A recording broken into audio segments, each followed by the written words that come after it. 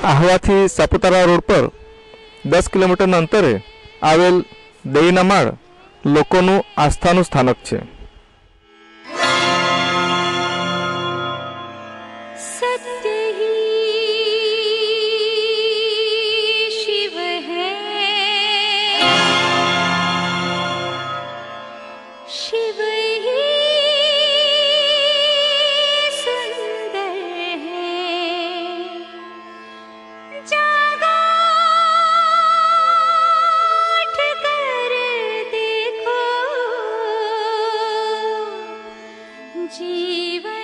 श्री दહીંના માળ आदिवासी विकास मंडल द्वारा ईस्वीसन 1966 में आ मंदिर की स्थापना थई हती।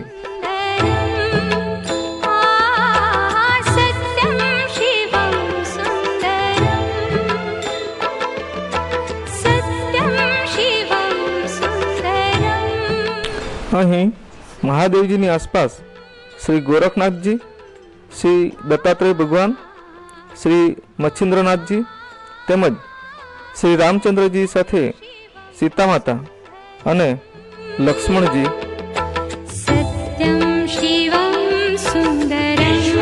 तथा मां भगवती जी ना दर्शन करी शकाय छे।